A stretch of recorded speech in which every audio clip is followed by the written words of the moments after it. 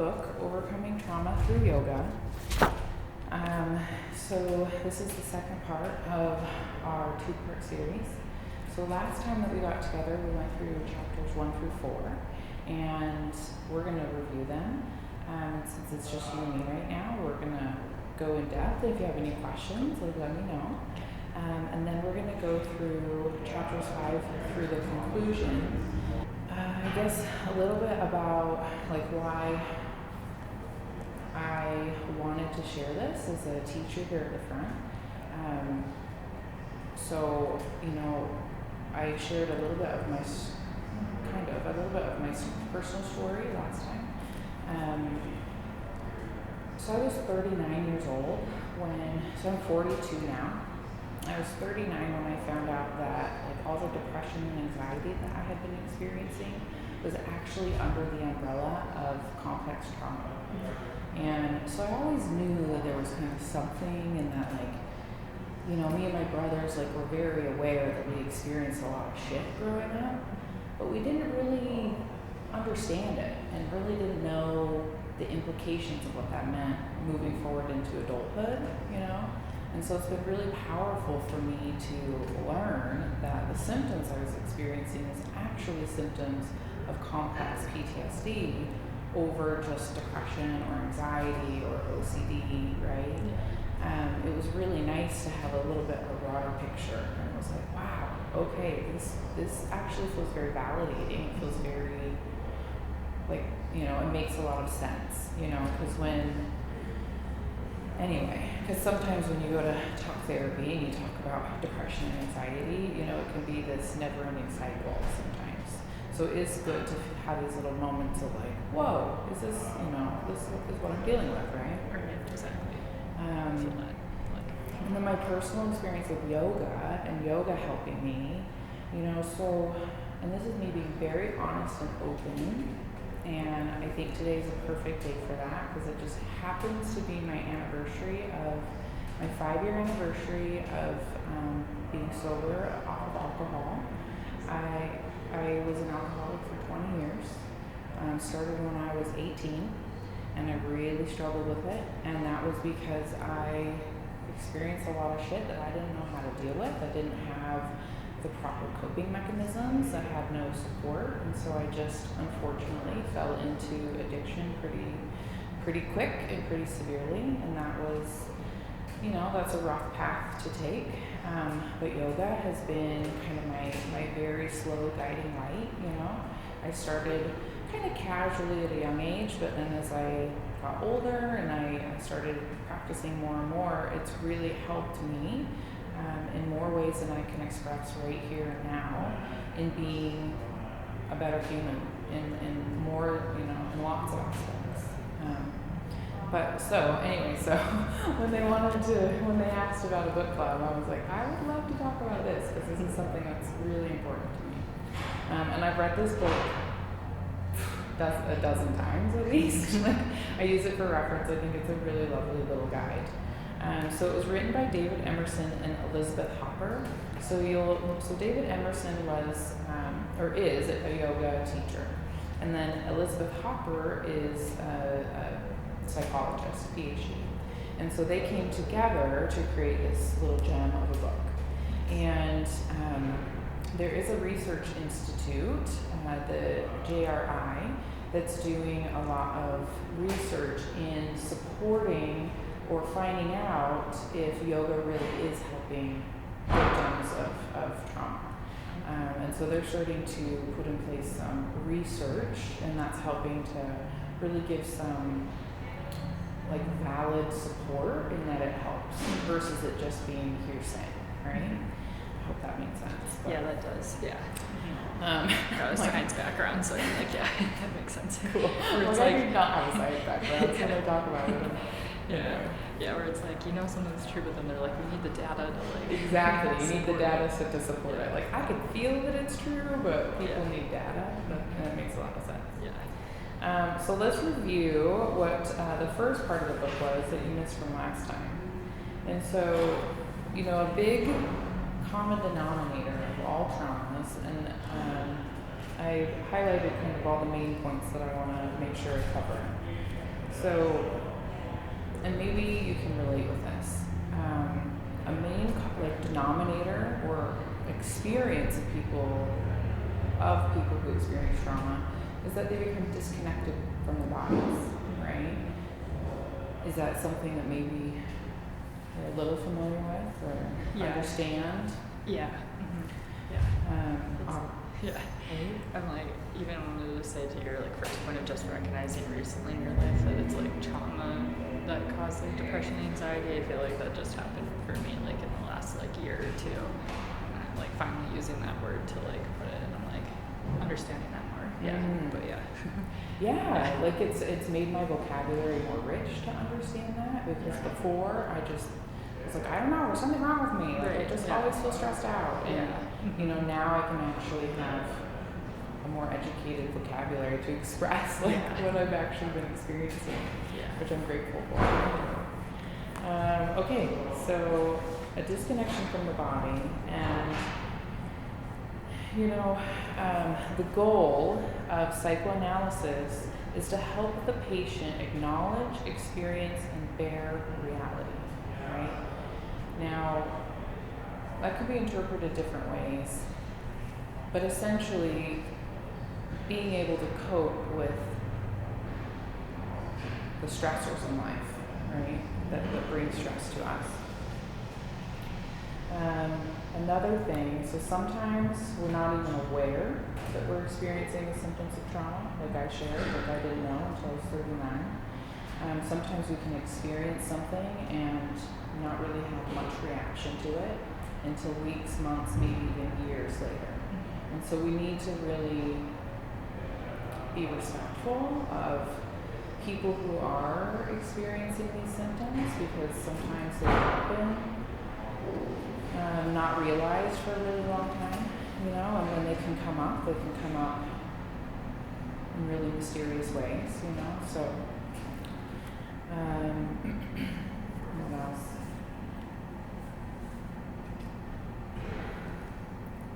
So worst of all, so for those of us who have been traumatized, the body becomes kind of an alien force. We perceive it as unknown, unpredictable, unreliable, or even the enemy. Now, understanding our body's trauma responses, I think, is really important, because then it can help us reframe that so that we don't think that our body's the enemy, you know. After experiencing trauma, typically it's a situation where something bad or traumatic happened that you had no control over. And so because you had no control, that's kind of what creates this disconnection. And you can kind of blame the body. Like, why didn't I fight back? Or why didn't I get out of that situation? You know? And so I do love that yoga helps us to reframe those thoughts, to be a little bit more compassionate towards ourselves. Because sometimes those things come up and then we don't know how to process all that emotion, and then it can come out inaccurately, you know. So yoga is part of an ancient system meant precisely, you know, I'm going to actually close that door now. Okay. Just because there's a lot of background noise. And it's probably 2:10.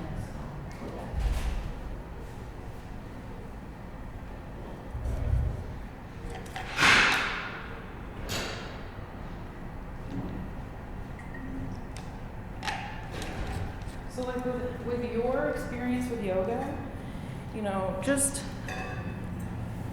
like in the simplest form or the simplest explanation, like why would you think that yoga would be a good complement to someone who's experienced trauma? Yeah, well, I mean, I guess personally, the first time that I got any experience with yoga, it was right at the same time as a lot of stuff happening in my life, a lot of transition. And the first time I was diagnosed with depression.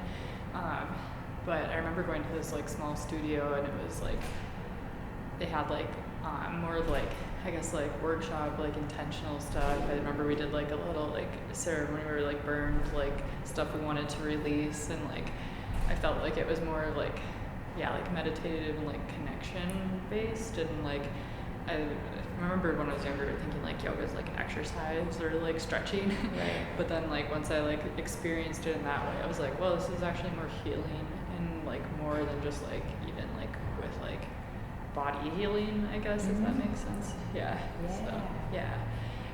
I've just been kind of like trying to find like a better practice for myself like ever since. Yeah, that's beautiful. Ebbs and flows, I think, but yeah. Awesome. Yeah. Well, we're gonna get into the portion for like an at-home practice, and so that would be nice because that'll help maybe give you a guide on how to approach practicing at home. Yeah. Because sometimes it can be pretty intimidating. Yeah, I think you get a lot of like, at least I get like a lot in my head too, and just being like, I don't have time for that, or like, oh, I'll do like a quick little like 1 or 2 like poses or flow, and like that's good enough. So it's like, to like really drop in. Yeah, I think it's important. Nice.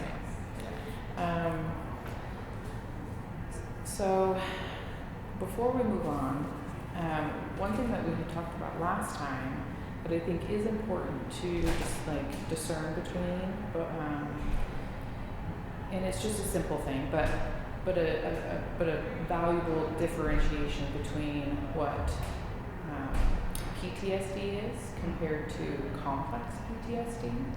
Do you know what the differences are? I don't actually know. Yeah. Okay, so that's why I wanted to bring it up. So PTSD is basically when one traumatic event happens that creates, residual effects, right?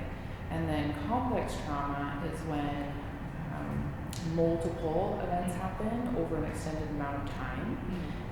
It can also be caused from like extended childhood neglect. So not even like blatant, violence or abuse, but even emotional neglect over long periods of time can manifest into what's considered complex trauma. So complex trauma and childhood trauma are often synonymous, the same, right? Makes sense. So they have they have similarities. But the difference with complex trauma is it tends to be a bit more enduring. It tends to last a bit longer and to affect our lives a little bit more deeply. They can affect our relationships, especially if it is from experiencing, adverse childhood experiences, right? Versus like a car accident as an adult. You might have some traumatic effects from that, but it might not necessarily affect your relationships the same way it does complex trauma. So those are just a very simple way of differentiating the two. Right. Okay. That makes sense. And then yoga. So yoga, it's this beautiful ancient practice that has been handed down for thousands of years. And for thousands of years, it was passed down from teacher to student. And a lot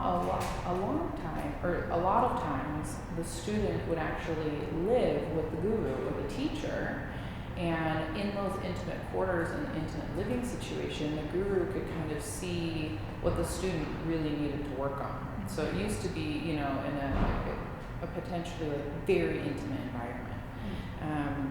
But it was, when it was first written down, it was Patanjali. And so if you ever hear a yogic chant, usually the last little thing is Patanjali. And that's the man who first wrote down the Yoga Sutras, and the sutras are like threads or pearls is what they've been translated into. And have you read a Yoga Sutra book before? I haven't, no. Yeah. So it's just like, it's kind of like the original yoga text. And they call them little threads because it's just like these little sentences or a couple of little sentences, and it's very philosophical about yoga. And because yoga is actually one of 8 limbs, or I said that wrong. So yoga has 8 limbs. Yeah. Asana or postures is just one of the 8 limbs. And so we typically think of the postures when we think of yoga, but it's actually a total philosophy and approach to life. And it's more than just the movements, which is really cool. Because like the other 8 limbs, like one of them is just like meditation. It's like one, right? Yeah. Okay. Yep. There's dhyana and dharana. So meditation, and then also like samadhi is full absorption. So it's there's yamas and niyamas, and the yamas are the moral, so kind of how we act within the world, and then niyamas are how, well, and I might be getting this wrong, but yama and niyama are basically how we act with other people and how we act with ourselves. Okay. So lying, cheating, stealing, that sort of thing. And then there's asana, which are the postures, and then pranayama, which is the breath. And then there's the dhyana and dharana, and then samadhi. And those go from meditation all the way to total absorption. And total absorption is supposed to be like bliss, right? Okay. When you're meditating and you find bliss, which is very hard to do, right? Because we have the So three much trees going in our on. mind, Yeah. and that's like the fluctuations of our mind, right? But anyway, so yoga was actually designed as a way to prepare your body for meditation. It was a way to calm the mind, a way to calm the fluctuations of the mind and the thoughts. So we think, like, we have this monkey mind, and gosh, sometimes I just can't get on my mat because I'm thinking too much, right? The whole idea of yoga is to help calm that brain and calm the monkey mind. And then also, in yogic philosophy, and then also Buddhist philosophy, which are very intimately connected, we believe that desire is the root of all unhappiness, right? And so yoga helps us to find radical acceptance, find like the flow. But anyway, so that's, I believe, one of the reasons that yoga is such a beautiful way to approach trauma, because trauma is essentially a disconnection from the body, and yoga is a reconnection to the body. So it's a really beautiful way to approach it. But obviously, there's some really important components that need to be considered, because if we're in a very highly sensitive or highly reactive state, then we really need to know how to cater to ourselves the best, which we're going to get into more. Let's see, what else? So a couple of the main points that I wanted to share from last time we were together. So heart rate variability. So this is one of the biological tests that they can do, and they can measure your heart rate variability, and they've actually linked it with your ability to emotionally regulate. And so the stronger your heart rate variability is, the more you can emotionally regulate. So there's actually like a physical component that has an emotional element to it, if that makes sense. Yeah, that's interesting. That's something that they don't really check too. If you get your pulse checked, they're not checking the variability with it. So. Right? Yeah. Right. Huh. That's cool. I never thought about that. Yeah. Yeah, it is cool, right? I love the research behind it, because it's I know that in my own experience this is how I felt, but I'd love to find scientific research to support what I've actually experienced. Yeah. It's that's right, that's awesome. Another really cool thing is the vagus nerve. So the vagus nerve is one of the biggest nerves, and it connects to all of our major organs. It's in charge of our fight, flight, or fawn response, right? Which is part of our parasympathetic and our sympathetic nervous systems. And so whether we calm down or go, into reaction mode. And when our vagus nerve is weak, we can actually dysregulate more easily. And when our vagus nerve is really strong, we stay emotionally regulated longer before getting distressed. And now, how do we strengthen our vagus nerve?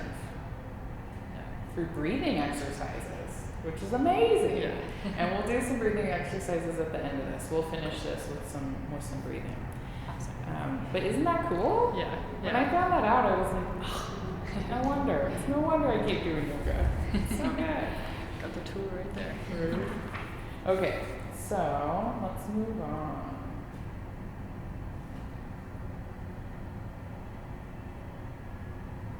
So I wanted to talk about the 4 themes of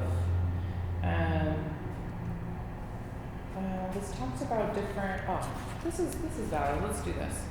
So we know that trauma is complex and it can create different things such as, flashbacks or heightened response to certain things. It can also make us completely disassociate and check out, right? These are some of the symptoms that come with experiencing trauma. Yeah. What some of the therapies that are currently used, are you aware of some of them, or which ones are you aware of? For like trauma therapy, I guess just mostly with like cognitive behavioral therapy and like or is it EMDR? Is that the abbreviation? Or they try to like connect the two? Or like, get into that like REM kind of I don't know if I know too many other ones. That's perfect. Yeah. So cognitive behavior therapy, that's perfect. And then the EMDR, perfect. Another one is DBT, or dialectical behavior therapy. That's the one that is the special, it's really special to my heart. I'm going to be very open and transparent about this. So when I was 39 and I found out I was suffering from complex trauma, I actually found out that my mother suffers from what's called borderline personality disorder, which is a pretty severe emotional dysregulation disorder. Are you familiar with it? Okay. Yeah. So DBT was specifically designed, it was designed by Marsha Linehan actually specifically for patients who are suffering suicidal thoughts and suicidality. And then they found that it was really beneficial for people suffering from borderline personality disorder. But what they're finding now is that it's also very effective for people who have experienced trauma, so complex PTSD or PTSD. And so because I learned that my mom was borderline, I sought out help, and I found an organization called Family Connections. And it's a nonprofit under NEA-BPD, which is the National Education Alliance of Borderline Personality Disorder. And the Family Connections is a 12-week free course, and it took me almost a year to participate. And in that course, they taught me DBT skills. And they didn't teach me all of them, but they taught me most of them. And as much as you can in 12 weeks, in a 12-week program. And that 12-week course changed my life more than 10 years of talk therapy. And I'm not kidding you. Like, it was profound.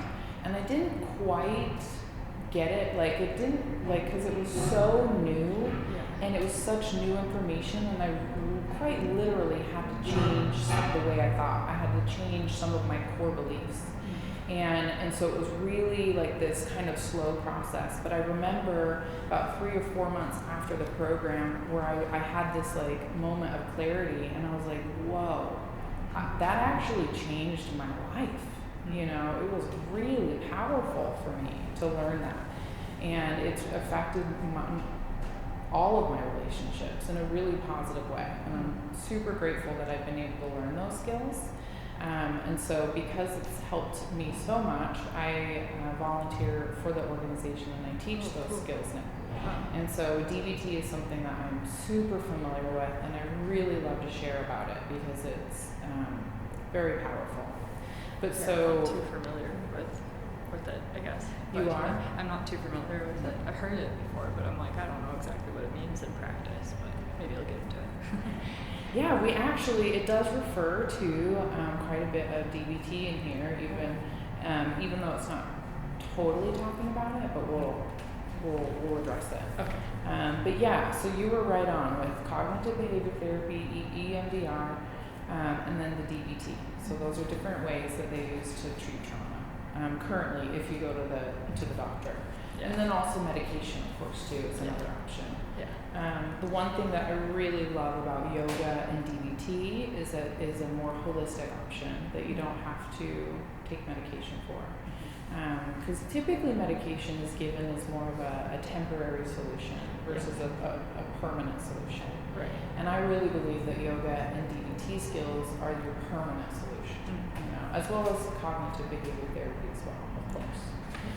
But there's something really special about DBT over the CPT. But anyway, and if you want to know more afterwards, again. Yeah, I'm curious because like mostly I've just done like CBT and EMDR. That's why I know what they are. Right. But Yeah, DBT isn't quite as widely used, but it's starting to become more. And I honestly think that it should be called fundamental life skills, and I think it should be taught in like junior high and high school. Oh, okay. It's that like fundamental. For me, it was. That was my experience with it, because growing up with someone who suffers a severe personality disorder, there's a lot of consequences for that. And so I had a lot of inaccurate beliefs and inaccurate thinking. You know, and so how do you change that, right? How do we fix that? Those, you know, the simplest way to explain it is a deep mistrust of humans, right? Like we can't develop positive relationships if we deeply mistrust people, right? Yeah. So we have to sort of heal that, and we have to sort of change our thoughts and our beliefs around that people can be trustworthy. You know, but how do we do that, right? And DBT is really what has offered me the ability to be able to do that. So if you want to know more about that, we can talk about that afterwards. Cool, sounds good. Like, because I could talk about it all day, which is fine. Okay, let's see. So I wanted to go over the 4 themes of trauma-informed yoga. Here they are. So we have identified 4 main themes that have emerged as particularly important for yoga with trauma survivors. 1 is experiencing the present moment. 2 is making choices. 3, taking effective action. And then the last is creating rhythms. So let's talk about each of those. So experiencing the present moment. So what do you think, how is that relevant? Yeah, well, I feel like a lot of times, I don't know if this is like true for everyone with trauma, but like, you know, like you're saying, like anxiety is like part of it, but like just being like in your head a lot and like not really like being like, okay, what's actually true and like right in front of me. Yeah. Totally. Yeah. Kind of being stuck in maybe the past experiences, you know, rerunning conversations or experiences in your head, or maybe worrying about future experiences, like a conversation that you have to have that you're not looking forward to, or you know, so kind of being stuck in the past and the present and not being in the moment, right? Yeah. And that's definitely a symptom of trauma. And Bessel van der Kolk, I think I said that right, he says that trauma is a disease of being present. That you just can't be present. You're always somewhere else. Interesting. And so that's why yoga is such a beautiful way to bring you to the present moment. I think I heard this quote once too, or maybe I like wrote it down from somewhere, but it was like, anxiety is worrying too much about the future, and depression is worried about too much about the past. And they were kind of like trying to equate it to like one or the other, but I was like, I don't know, I think it's a mix of both. But Wow, that's beautiful. I also heard another one where depression is thought as hopelessness. And so if you're hopeless, you got to find more options. You got to learn more options. And I thought that was an interesting approach. So it just means there's something you don't know yet. Like, which is actually kind of a positive way to look at depression. So it's like, okay, so that means I can change. That means I don't have to stay stuck in there. You know? I thought that was a nice way to look at it. Yeah, definitely. Okay, so making choices. So why do you think that one would be important? Making choices. Well, I feel like, I don't know if this is just for me personally, but I feel like sometimes it's really difficult for me to make choices after like having like experienced the stuff that I have with trauma, because it's like, I don't know, I always am like wanting to know, like gauge how other people are gonna feel about like the choice, because I don't want to like upset anybody or make anything like, I guess it probably depends on what kind of trauma we've experienced, but I get that like big like people pleaser and feel like I need validation from other people before I make a choice. I get like that indecisiveness, but That's honestly, I mean, it's very common. It's a very common thing for people who've experienced trauma. Is that, you know, you've experienced a situation where you weren't in control. Mm-hmm. And so then it kind of, in effect, took away your power of sorts. So then making a choice, you're like, oh, I actually like have this now. Like, what So, do I do? Yeah. So how do we learn how to start making choices for ourselves again? You know, if we've become a codependent caretaker, you know, a codependent caretaker is someone who puts, everyone else's needs above their own, right? And so how do we start putting our needs in front of other people's, you know, and being able to find time to get on your mat for yoga is a beautiful way to do it, right? Yeah. Also with making choices, one reason I really love the Mysore room and Ashtanga, obviously an Ashtanga-led class is a very different experience than an Ashtanga Mysore class. Okay. A Mysore is self-led and self-guided, and you have a sheet and you follow the sequence, and you very much are making choices for yourself. You're very much like deciding, am I going to keep going, or am I good for today? Okay. Am I going to, how far am I going to go in this posture, or am I going to stay right here? Like, it really is a nice way to kind of retrain your brain and your body in a very safe, supportive environment. That's good. Yeah. And then taking effective action. So taking effective action, you can look at that a few different ways, I think. You know, one's just getting on your mat. It's taking effective action. You know? Like, I know on a really on a day that I'm feeling really depressed, if I just get on my mat, I'm feeling really good about myself. Like, I just got on my mat. And it is actually quite surprising. Like, once I start going through the flow, the other nice thing that I really love about Ashtanga for trauma is that it's a memorized sequence. And so you do the same flow every day. And so there becomes creates a pattern, a muscle memory, a rhythm, right? Yeah. You can also see your progress as you move forward. Because if you're always doing different things, you never really know. Versus if you're doing splits every day, you know, you can finally like, oh, I just got it. You know? Like, it really helps you to see where you're getting better and stronger and more flexible. And then the creating rhythms is the last one. So creating rhythms in your practice, as far as doing the same sequence over and over and having that muscle memory to create that rhythm, but also creating the rhythm in like your daily practice, finding that time of day that really suits you, and then making sure that, you know, you allot that little time of day every day and creating that sort of daily rhythm as well.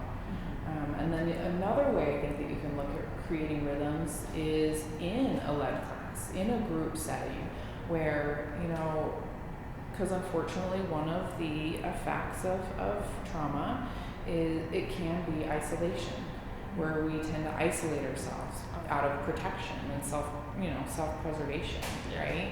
And so coming into a group setting and moving in unison with a group of people can be a very rhythmic, very connective experience that helps to, you know, reintegrate those rhythms into our nervous system, right? So there's a few ways you can look at that, the making rhythms. But those are the 4 key themes of trauma-sensitive yoga. Cool, right? Yeah, makes sense. Do you have any questions about those or comments? I don't think so. No. It's coming up right now. Cool. Let's see. All right, let's go into chapter 5. So that was our review, and now we're going to go into chapter 5 and the conclusions. So chapter 5 is for survivors, 6 is for teachers, and then 7, let's see if I'm getting this right, and then 6 is for clinicians, and then 7 is for yoga teachers. Now, I'm a yoga teacher. I don't know if you're a clinician or... Yeah, I'm a physician assistant. Oh, you are? I work in women's health. Oh, perfect. I was like, but even if you're not, this is actually very valid information. But you are, so it's wonderful. Okay, but so for survivors, what are some things that we need to consider when we are looking at practicing yoga? You know, because maybe... So the first thing is that we need to allow ourselves that it's okay if we can't do it. You know, because there's going to be some days that we just can't do it, and that's okay. Yeah. And so the awareness for a student to have that confidence and ability in being able to like recognize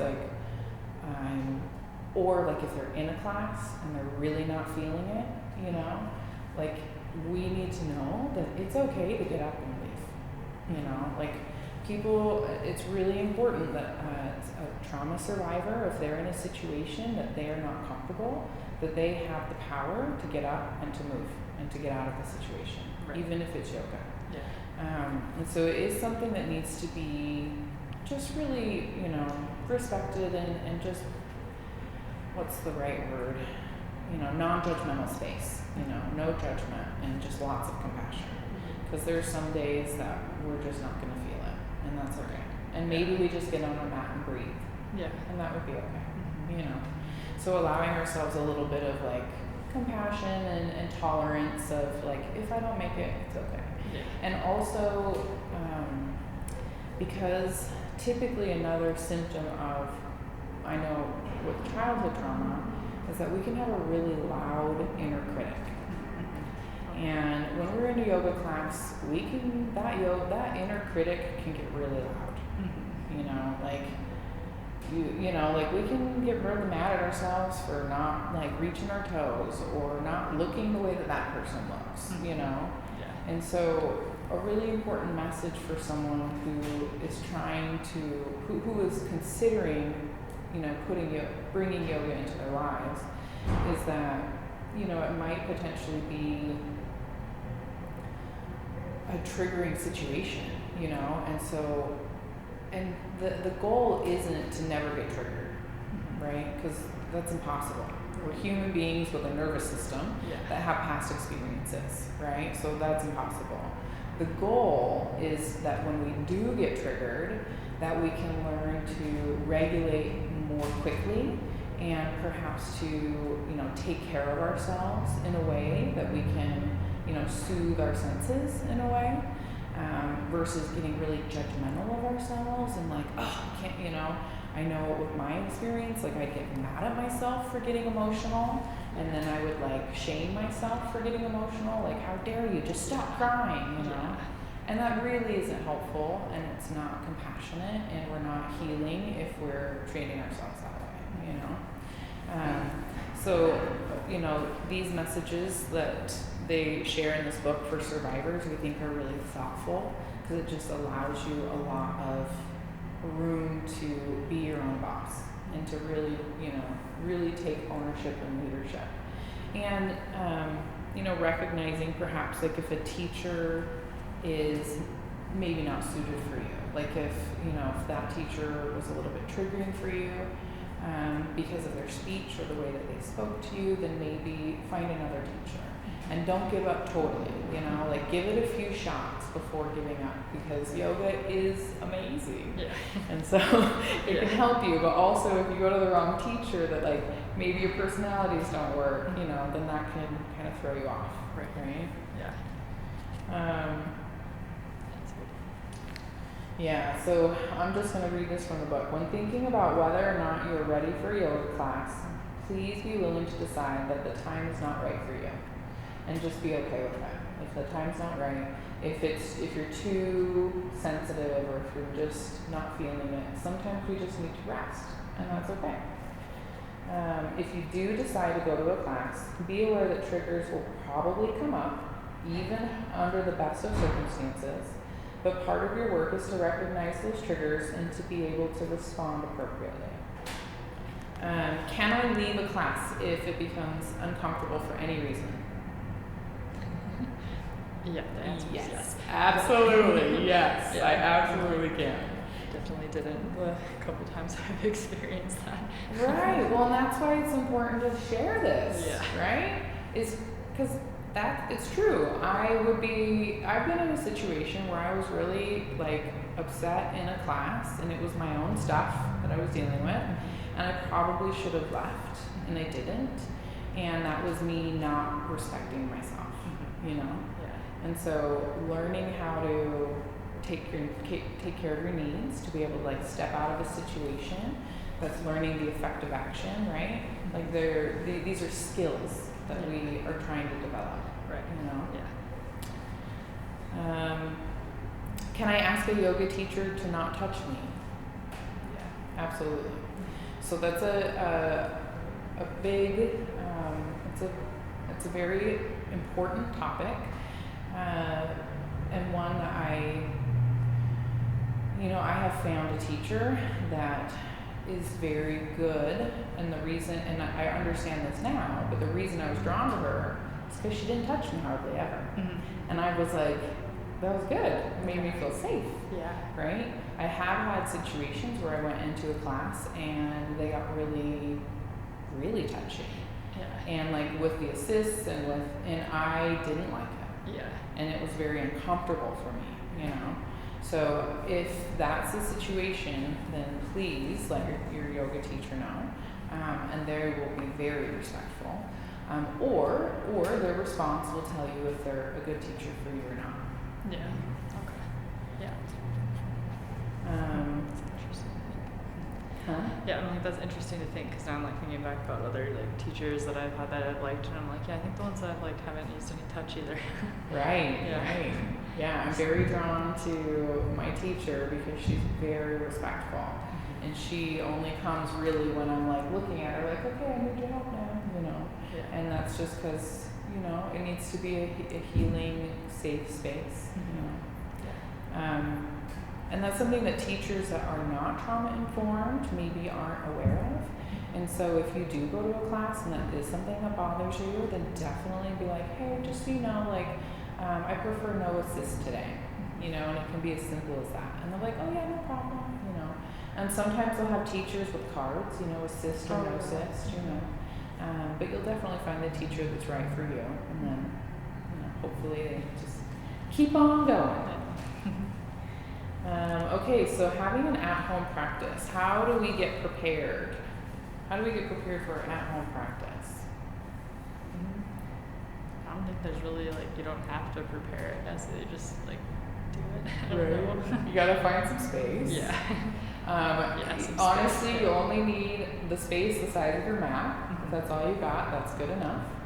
And then maybe set the mood, right? What's gonna help you feel really good and really nourished? Do you want some light music? Do you want a candle? Do you want no music? What is it? Set your scene. I know that some yogis like to have a humidifier. I like to have a heater because I get really cold, so I have my little space heater set up in the room, Yeah. So set up your at-home practice area, however is going to suit you the best.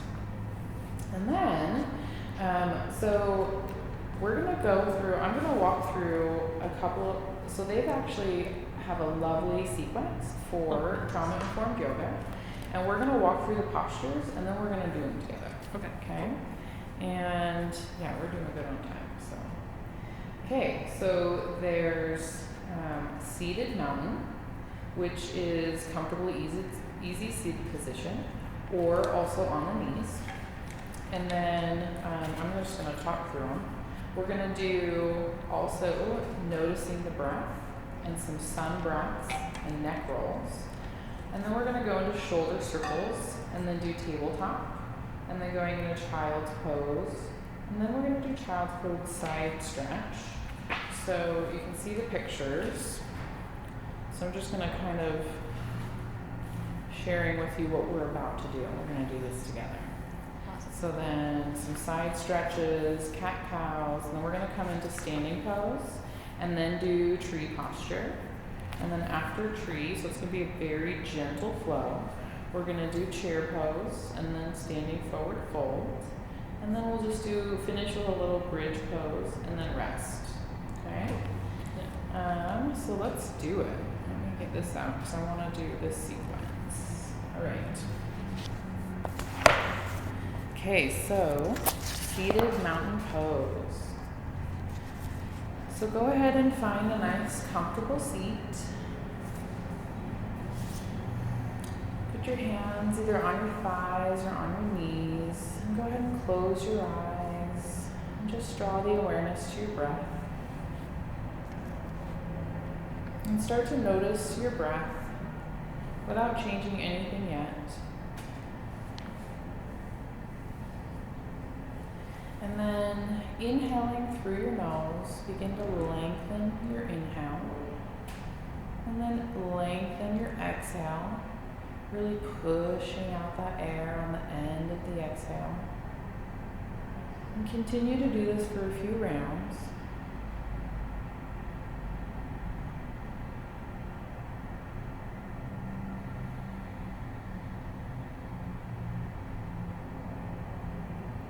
Go ahead and softly open your eyes. We're going to do what's called seated sun breaths. Now go ahead and put your hands on your thighs. And then what we're going to do is as we inhale, we're going to lift our hands. So this is going to be the beginning of connecting movement to breath. So inhale, exhale. Let's do this 4 more rounds. Inhale, exhale. Again, inhale, exhale. 2 more, inhale, exhale. Last round, inhale, exhale. All right, continuing with movement to breath, we're going to bring our hands to palm center. This time we're going to inhale and we're going to go out really big. And then we're going to exhale, we're going to come back to palms. So inhale, exhale. Inhale, exhale. Inhale,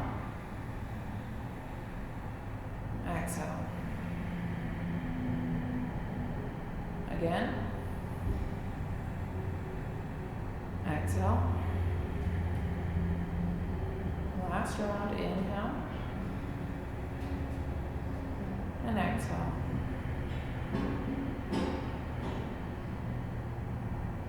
How do those two feel? Right? This one feels really like energetic. Yeah, it does. Okay, the next one is sun breath with arms sweeping high. So hands on our knees. So inhale, exhale. Inhale, exhale. Inhale, exhale. Again, inhale, exhale.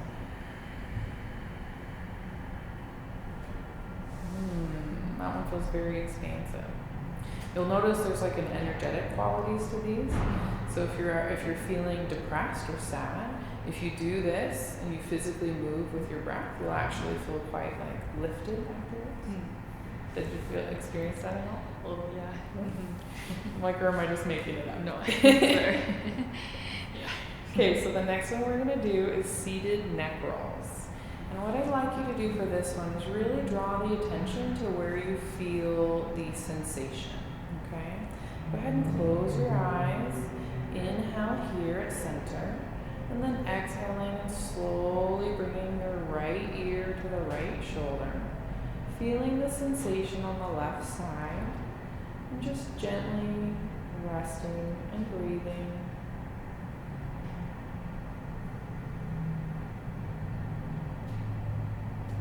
Maybe taking your right palm onto the head, fingertips grazing the ear, gently pulling that neck a little bit more.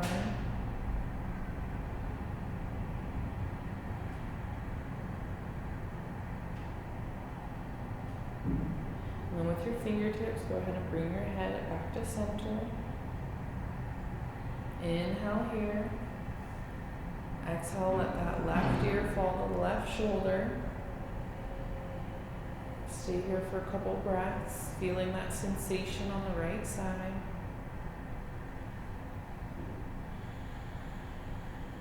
Taking the left palm onto the head, fingertips graze the ears, stretching that neck a little more.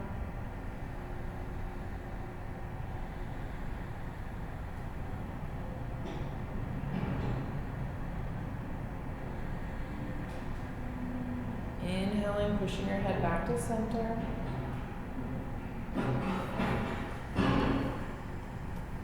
Feels so good. All right, the next one we're going to do is going to be shoulder rolls. So this variation that we're going to do, we're actually going to put our fingertips onto our shoulders, and then we're going to roll both forward and backward. So let's start with going backward first, a couple of rounds, and try to connect this with your breath. So inhale, and then exhale. Inhale forward, exhale back. Inhale forward, exhale back. Couple more rounds at your own pace with your own breath.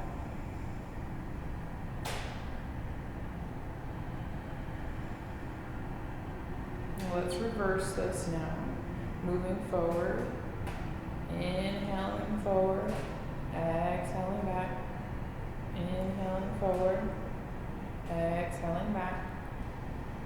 Do this a few more rounds at your own pace with your own breath.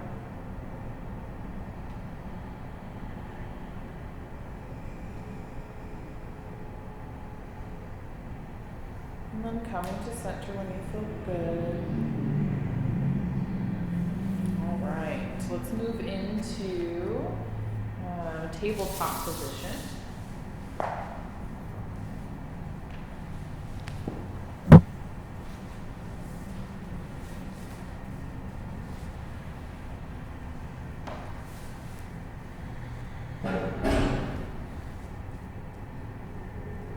Okay, so once we've come to tabletop, we're going to inhale, open the heart, looking upward.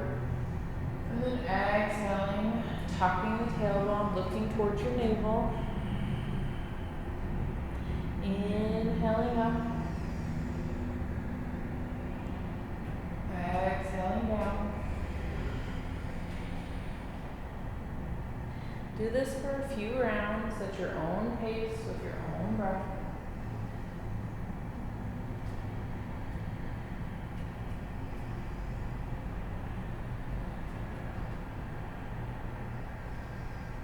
Maybe move from side to side, really stretch out your side bodies.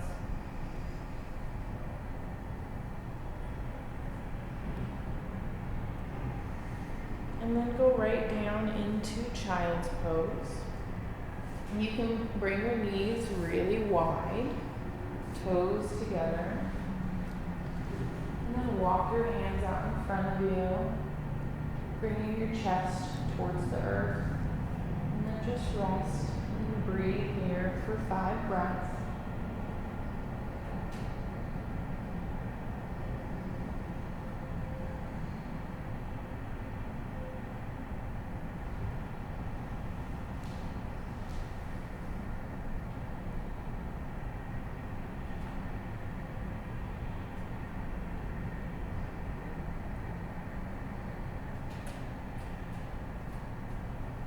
And then slowly walk your hands to the right, stretching out that left side body.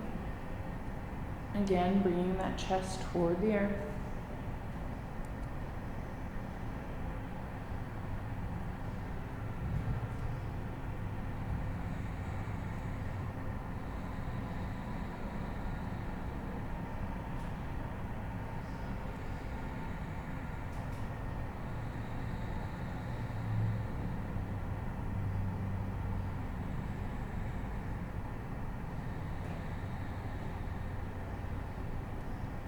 And then slowly walking your hands to the left side, stretching the right side body this time.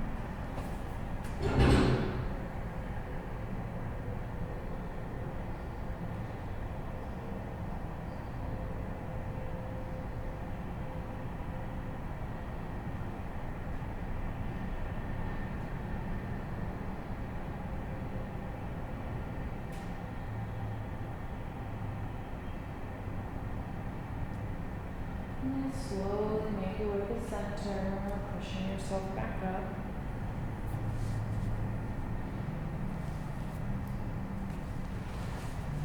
Feels so good. We're gonna do tree pose next. Here we are. All right, come into tree pose. So there's a few variations. You can quite simply just put your weight on your right leg. Let's start with our right side. And then you can just kind of tippy toe with this foot, or you can do a kickstand, or you can bring it up to your shin. Never stacking it on the bones. You don't want to hurt your knee. You always want it kind of on the flesh. Or you could go right up into the inner thigh. If you find your balance, maybe play around with bringing your arms out wide and finding your tree. And just stay here for 5 breaths.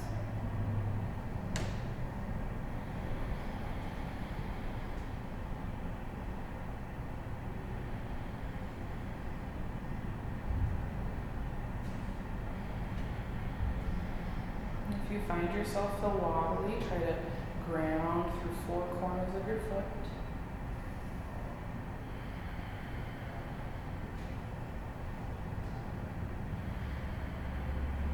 Bringing hands back to heart center, and then slowly dropping your leg down to the ground. Putting your weight into the left leg this time. Can either just play around with your tippy toes, or do a little kickstand, or come right up to the calf. Avoid the knee, or coming into the inner thigh. Once you find your balance, maybe play around with spreading your branches and finding that balance. Breathe here for 5.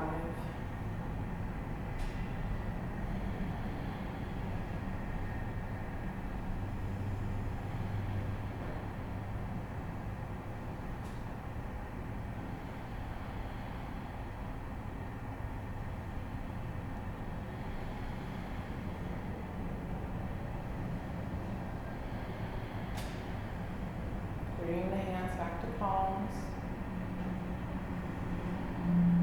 And slowly release the leg. Your next posture in this trauma-informed sequence is going to be chair pose. But this chair pose, we're going to do a bit wide leg. So legs about hip width apart. Bend the knees, arms up, looking up toward the ceiling, and staying here for 5 breaths. 1, 2, 3, 4, 5. Straighten the legs. All right, now inhaling here, and then exhaling, falling forward. Maybe bring your fingertips to the earth or elbow to elbow, and let your neck just hang nice and relaxed, going from side to side.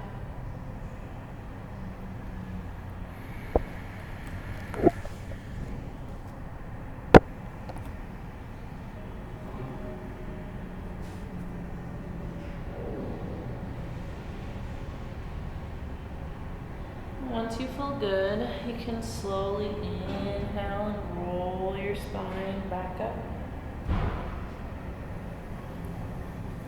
And then exhale as you come back to the top. Now we're going to make our way to the floor again. If you want to actually set up your blanket so you're more comfortable, so you're not on the ground.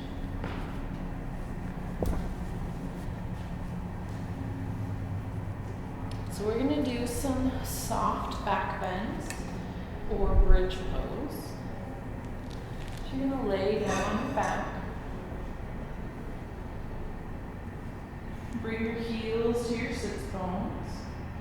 Bringing the palms towards your hips. Point fingertips towards the heels. And then inhale, lift up your pelvis toward the ceiling. Shoulder blades nice and square on the ground. And stay there for 5 breaths. 1, 2,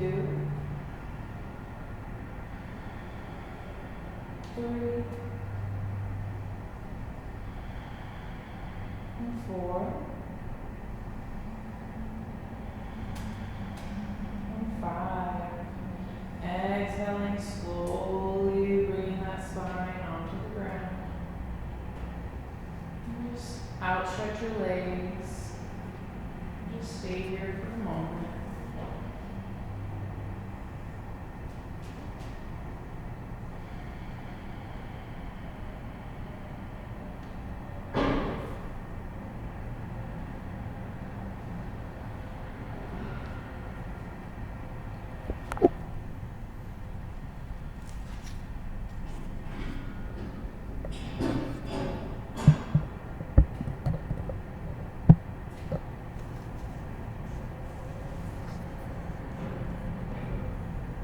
Go ahead and take a full body stretch. Inhale.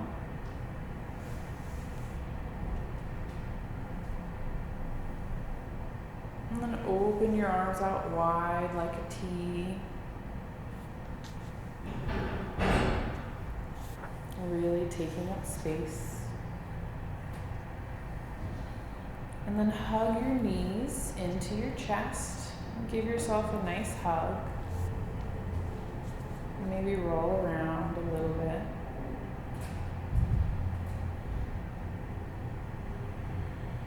And then gently roll yourself up to seated position.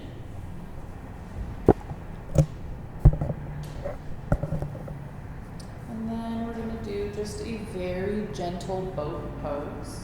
This boat, we're going to keep our legs on the ground. So feet about hip width apart. And then we're going to hold underneath our legs. And we're going to lean back so we feel the engagement in our core. And then we're just going to stay right here. This is a very gentle boat pose. Stay here for 5. 1, 2, 3, and 4. Last round of breath. And then inhale, coming back to center.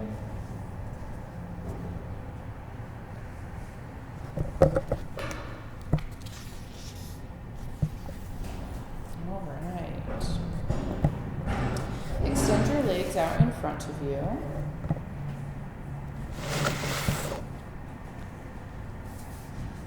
And then take your hands about 6 inches behind you, fingertips towards your hips. And then open up your chest, looking upward, and stay here for 5 breaths. 1,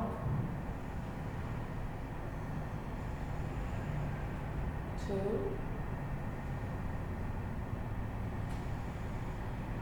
3, 4, 5. Inhaling, coming back up.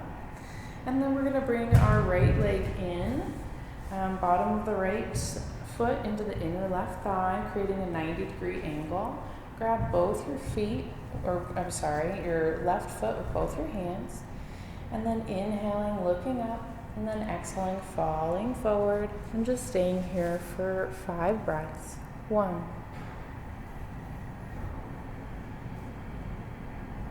2,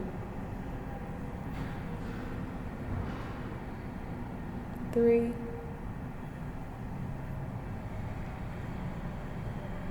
4, and 5. Inhale up, and then exhale, release, bringing out the right foot, and then bringing in the left foot this time. Bottom of the left foot onto the inner right thigh, creating a 90-degree angle. Grabbing that right foot with both hands. Inhale, look up. And then exhale, folding over that leg. Staying here for 5 breaths. 1, 2, 3,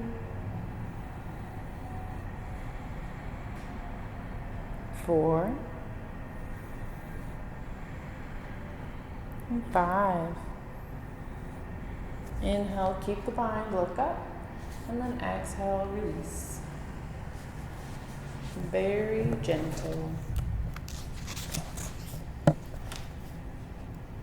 All right, we're gonna do a couple more, and then we're gonna rest. So we're gonna do our forward fold. So you want to keep your knees nice and bent if you have tight hamstrings, and as your hamstrings loosen up, then you can straighten your legs up more. Grabbing your feet, inhale, look up, and then exhale, just fall over your legs, just nice and passive. Look to the tip of your nose. Stay here for 5 breaths. 1, 2, 3, 4, and 5. Inhale, keep the bind, look up, and then exhale, release. All right, let's do some gentle twists. Go ahead and lie down on your back. Bending your knees, bringing your hips towards your sits bones, and then letting both of those knees fall to the right, and putting your hands out to a T, outstretched beside you, and then looking the opposite direction that your knees are pointing, and staying here for 5 breaths. 1, 2,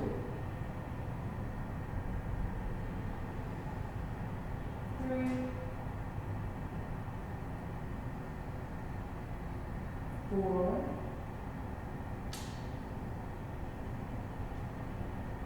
last round of breath.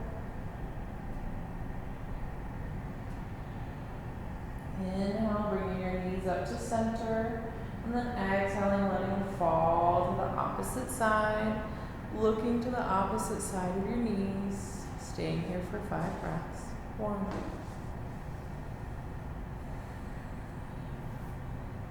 2, 3, 4, last round of breath.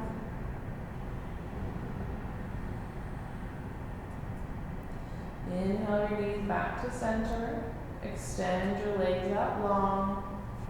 Hands out by your side, palms facing upward. And stay here and rest.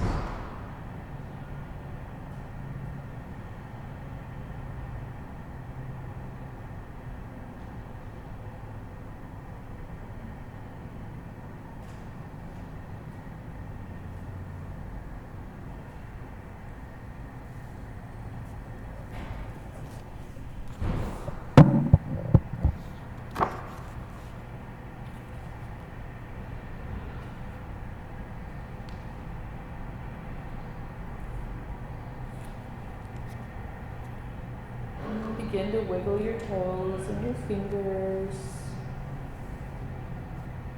Maybe do a full body stretch. Inhale.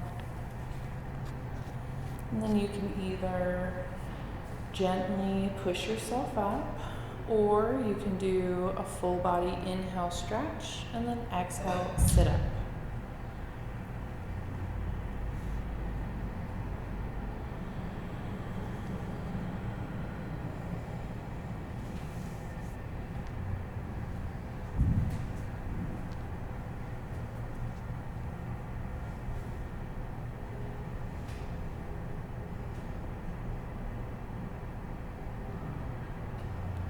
Thank you. we're going to take a little break now, and then we'll come back and finish the portion on for clinicians. Cool. That sounds good? Yeah. I feel so good. Yeah. Do you feel good? Practice. Yeah. Yeah. It's nice and gentle, right? Mm-hmm. So it shows us that we don't have to kill ourselves. Yeah. Right? It doesn't have to be like a battle. Yeah. Okay. Let's talk about overcoming trauma through yoga for clinicians, which is perfect for you. So, I want to start off by reading this first little chapter, and this is from a therapist. Supporting a client who has experienced any trauma over the course of their lifetime in simply noticing that they have a body, befriending their body, and incorporating exercises to develop healthy relationships with their body into therapy is integral to the treatment of trauma, as the body can hold the trauma. I have found that when introduced in a safe and comfortable space, clients tend to be willing and able to acknowledge and nurture the mind-body connection. As a clinician, it can be very rewarding and exciting experience to present with a client who is ready to and engages in taking care of the body as well as the mind following experiences with trauma. And that was a quote by a therapist who uses yoga methods in her work.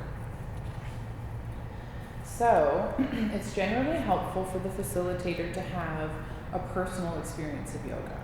So if you want to start being able to offer yoga to your patients, then obviously you need to have a comfort level with it yourself. So developing your own personal practice at home is going to be a really good starting point for that. And you're going to get this book in the mail, you said, and so you'll have those postures that we went through together, and so you can start doing that at home. And those are some really beautiful, grounding, simple postures that can be offered to patients that you're working with.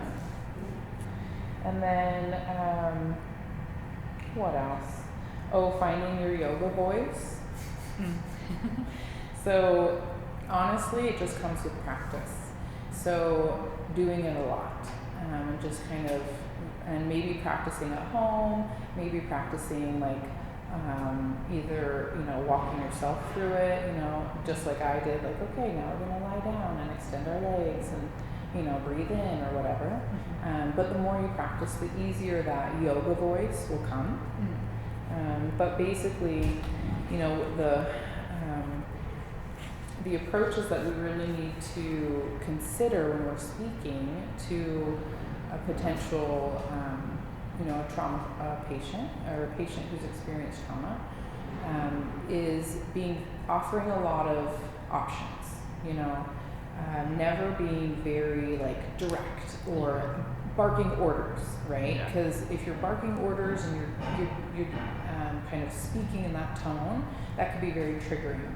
So always speaking in a very open manner, offering solutions, and also giving people a choice. Like you can try this, or you can try that, or you can do this, or you can do that, versus like do this, right? Yeah, that makes sense. So those are the voice is really important, because that is typically what will trigger someone. Is if you say something or if a teacher says something very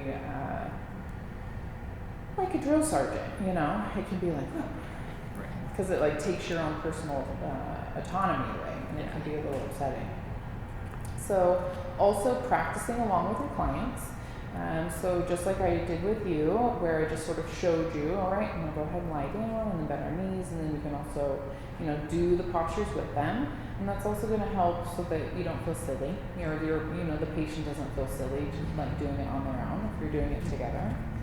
And there's another a beautiful element of that relational interaction of creating that rhythm and flow together as well, is a very healing sort of aspect of that experience. And then debriefing. So how was that experience for you? Those yoga poses that we went through. How did you like it? Yeah, you're asking. Yeah, I felt like it was like like grounding, I feel like is a good word with it. Very like simple movements where it's like oh yeah, like I could do that. Like that's not anything like too taxing on my body. Yeah. Yeah. Mm-hmm. What do you think the most important aspect is? I think like the breathing with it, like Yes, connecting it. 100%. Yeah, like I could like sit there and like raise my arms a bunch of times, but I feel like it wouldn't feel the same if that wasn't like connecting it with my breath.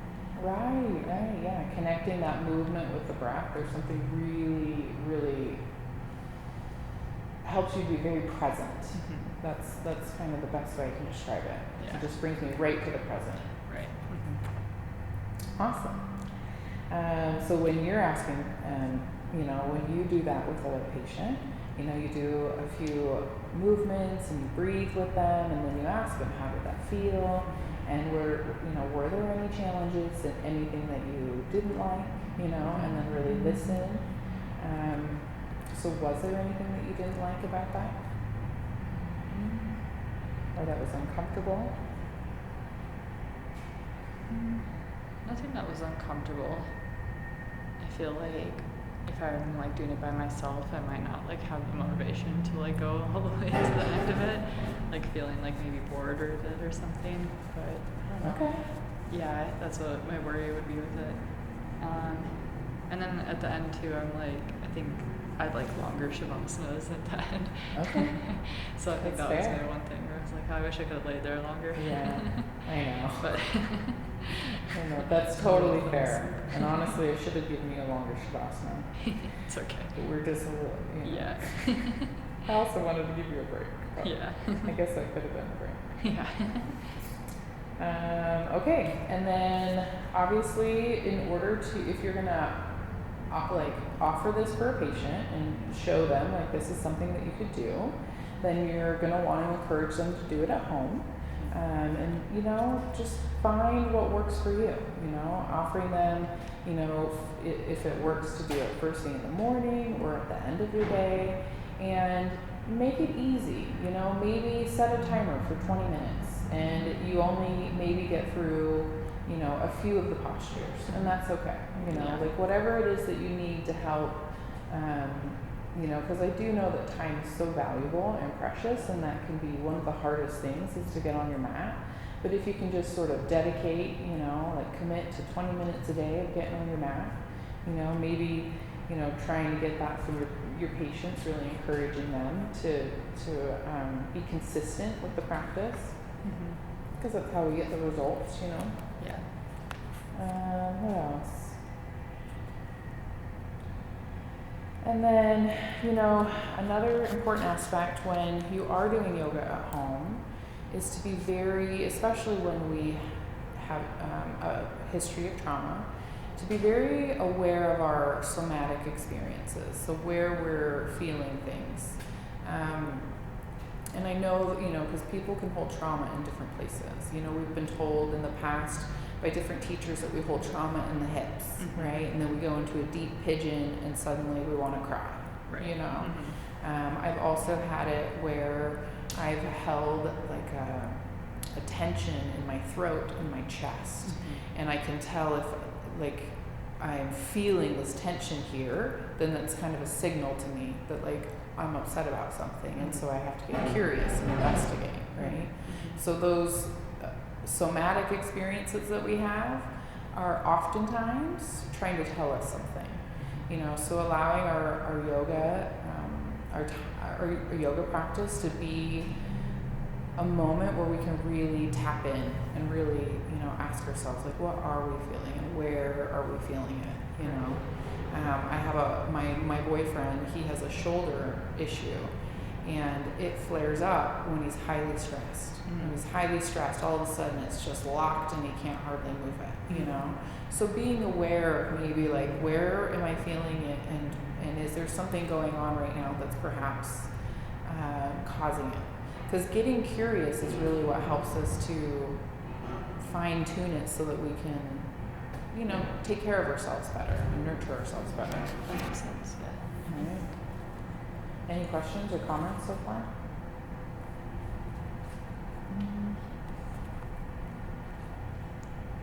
don't think so. I think that makes sense. Yeah. So, shoulder rolls for self-awareness and tension release. So we did shoulder rolls when we did our little practice. Yeah. And that one is a really good one to do in the office.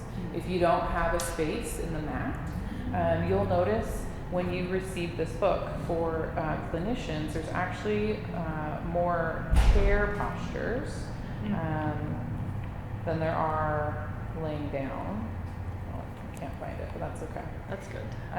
But yeah, the chair poses are great because you can do your neck rolls, you can do your shoulder rolls, and then always connecting that breath to movement. That's the most important thing.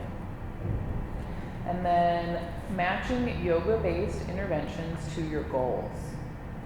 So figuring out, what's your goal, and hopefully using that as your motivator to dedicate a certain amount of time every day, right? Because one thing that my yoga teacher said, and it just hit me so hard, and I think about it all the time, is the difference between motivation and dedication. So motivation comes and goes, right? But dedication means you get on your mat whether you're motivated or not, right? But how do we do that, right? We have to have you don't have the motivation. We have to have a bigger goal. We have to have like a big goal in mind. All right, so my big picture goal is that I can overcome these effects, right? Like I don't deal with them every second of the day, but I definitely deal with them on a regular basis. And so my goal is, and this is like my real goal. So, and it's progressed over time, right? So maybe it's 3 to 4 times per week. I'm going to get on the mat 3 to 4 times per week, or maybe I'm going to get on the mat 5 times a week, right? Whatever is realistic and sustainable. And having that big picture goal to help motivate, I guess isn't the right word, to help get you on your mat for that dedicated practice, right? Because some days that we're feeling not motivated, it can be harder. Yeah, definitely. Does that make sense? Yeah, I like the difference with that, because it's like, the dedication is like, I'm gonna show up if it's have that motivation or not. But I guess then it's like, what do you do when you're feeling that you don't have that motivation, but you're like, well, I dedicated this time, and yeah, that's where it gets icky feeling. I feel like, where you're like kind of struggling and fighting against yourself a little bit. But, right. Yeah. I really like this graph. It's matching yoga-based strategies to goals for intervention. And I'm just going to read through it because it's really valuable. So for example, let's say the challenge is feeling frozen, rigid, or holding on to things. So let's say maybe hoarding or constipation, right? So the goal would be to let go. And then the chair-based yoga posture that's suggested for that is a forward fold. And so you could sit in the chair and just fold forward. And that helps with letting go. Okay? So there's like a physical posture for a emotional release. That's cool. Anxiety, tension, or panic. So the goal would be to decrease hyperarousal. So that one we could do either neck rolls, or we could do ratio breathing. Do you know what ratio breathing is? I don't think so. So it's where I'm sure you've probably heard it, it's just a different name. But you inhale for 4 and you exhale for 8. Oh, right? So just that your inhales and exhales are different. Okay. And typically your exhales are much longer. And that really helps to calm the nervous system really well. So that's why it's a good one for anxiety. Okay. And then the belly breathing. So if you hold your hand on your belly and you inhale and really try to expand and blow up your hand, and then exhale and really use that belly breathing, that also really helps to calm down anxiety. Isolation. So the goal is to build relationships, and the chair-based yoga posture that's recommended is mirrored, mindful, integrated movement. Or group practice. Okay, so challenge, defensiveness, avoidance of intimacy. So opening boundaries would be the goal.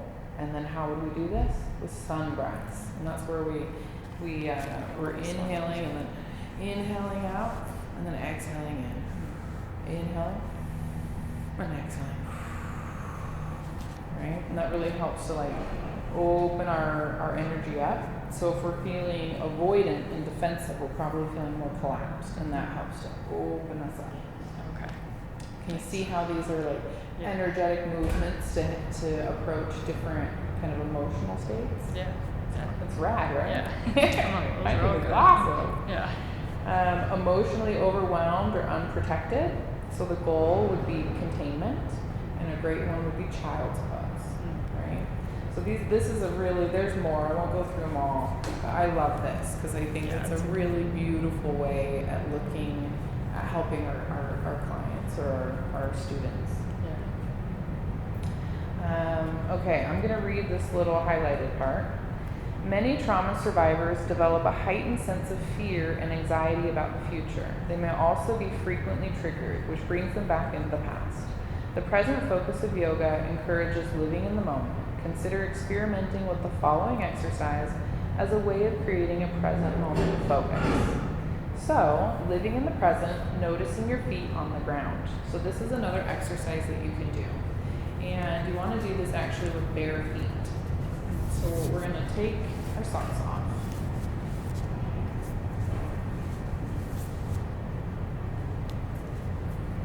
And then really notice your feet on the ground. And really, so close your eyes and just start to breathe. And see if you can find the four corners of your feet.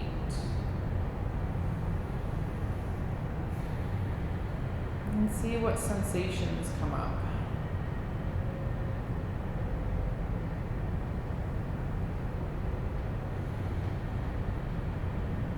And maybe bring the awareness of the breath, and I know it sounds silly, but bring it down to the bottoms of your feet.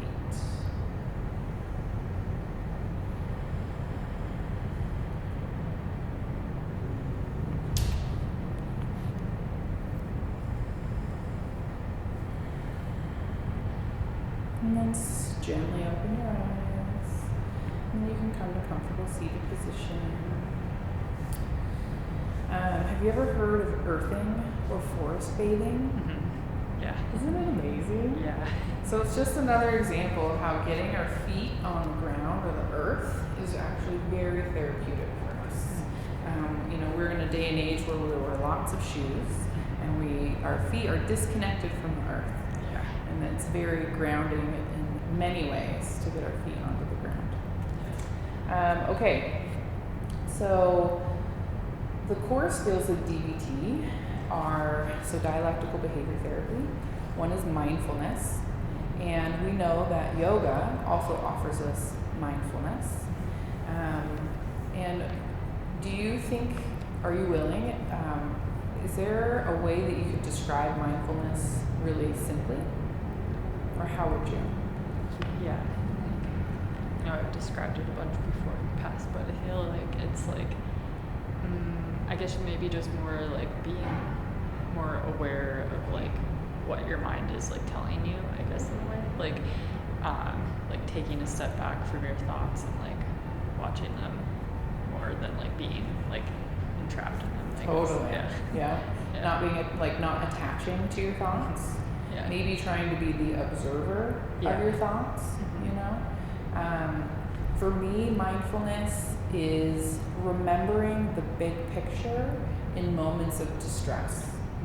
So a very simple example that's very real life is like if I'm in an argument with my boyfriend and I'm like really upset at him, being mindful, like if I'm in a moment of like an emotion mind where I'm not super rational, I have to recognize like, oh, wait, big picture goal, I love him and I want to be with him, right?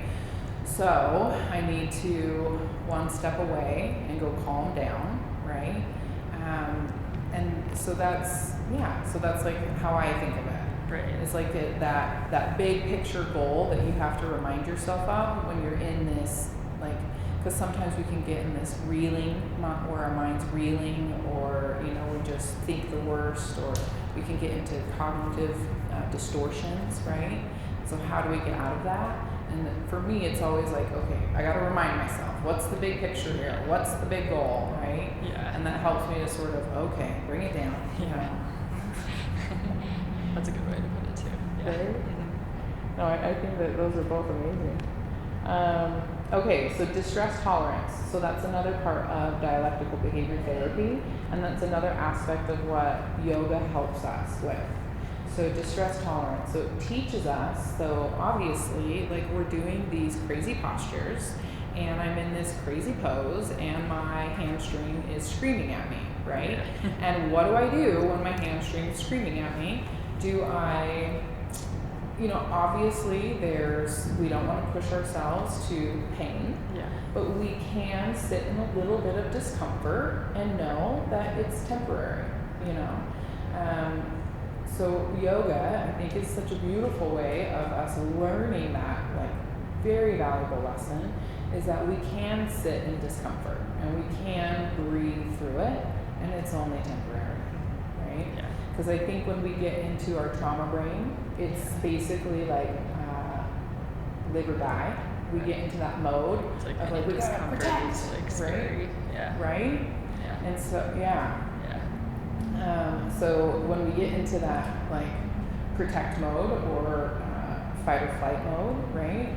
We typically we maybe emotionally elevated, maybe we inaccurately express ourselves, but being able to, learn how to breathe through it, I really love that yoga's taught me how to do that, because then it really does integrate into my real life where something's uncomfortable and I'm like, okay, we breathe through it. What's the other thing? So there's mindfulness, distress tolerance, and let's see, emotional regulation is another one. And emotional regulation happens naturally as we practice yoga because it helps us to strengthen our vagus nerve and our heart rate variability. And so naturally, just with our dedicated practice, our ability to emotionally regulate develops, which is amazing. What else? What time are we at? Well, let's finish with a breathing exercise. But let's see if there's any other points. You said there is those are the three main things with DBT. So there's mindfulness, distress tolerance. Yeah, mindfulness, distress tolerance, emotional regulation, and then let's see if I can think of it. Is it problem management? No. I'm sorry, it's okay. I can't think of it. You're good, don't worry. But it's gonna bug me, so I'm gonna figure it out and I'm gonna tell you. Okay. So the emotional regulation, I talked about that, and then the breath. So the breath is really the most important thing, right? We keep coming back to that. So learning to develop our breath in yoga helps us to hold to our breath in moments of distress. But anyway, before we do a final breathing exercise, do you have any comments, questions? Well, actually, the breath one, there's one person who told me this one time about, we were like doing a yoga practice, and they're like, yoga is not a competition, but if it was a competition, it would be who's being most connected to their breath.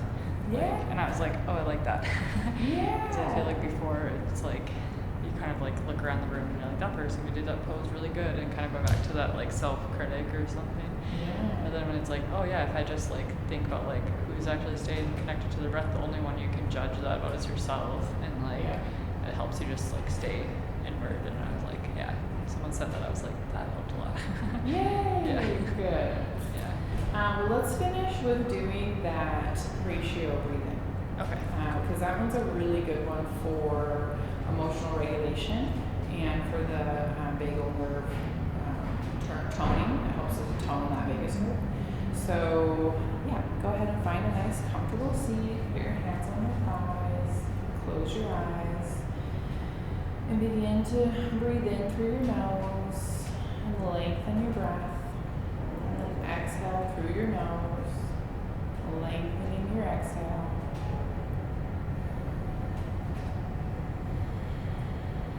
And we're going to do our ratio breathing where we're going to inhale for 4 and exhale for 8. We're going to do this for 5 rounds. Inhale, 1, 2, 3, 4.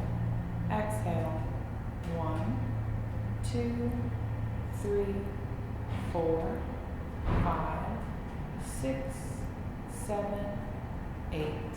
Inhale, 1, 2, 3, 4. Exhale, 1, 2, 3, 4, 5, 6, 7, 8. Inhale, 1, 2, 3, 4. Exhale, 1, 2, 3, 4, 5, 6, 7, 8.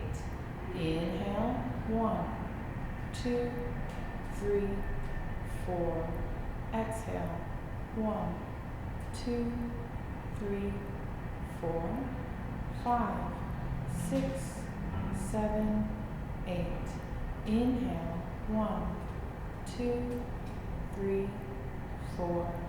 Exhale, 1, 2, 3, 4, 5, 6, 7, 8. Natural breathing.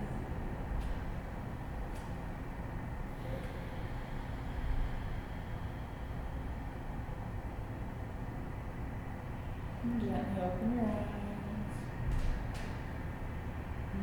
How'd that feel? It's good. Was that a good pace? Yeah. Mhm. Yeah. I feel like it's very calming.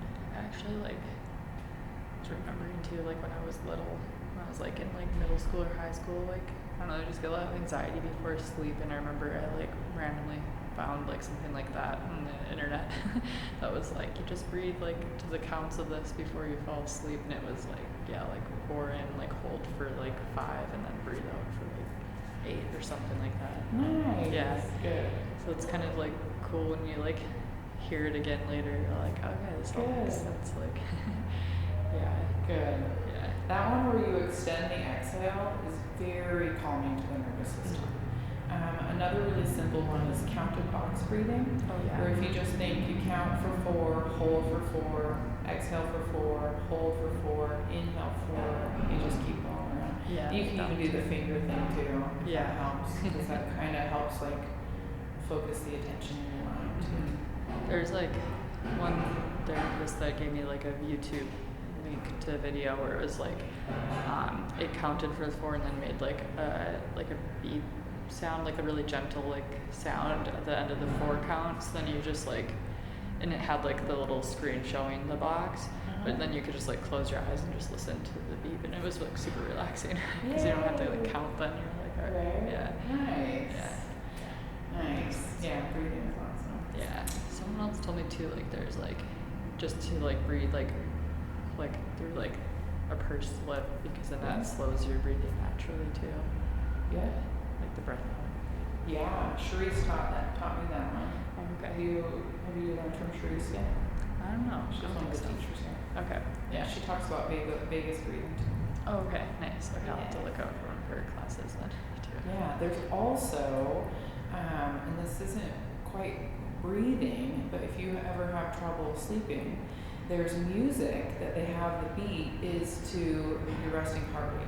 Oh, nice. And so it helps to like draw your heart rate down by listening Wow. to it, which you could obviously breathe with too. Yeah, yeah. As well.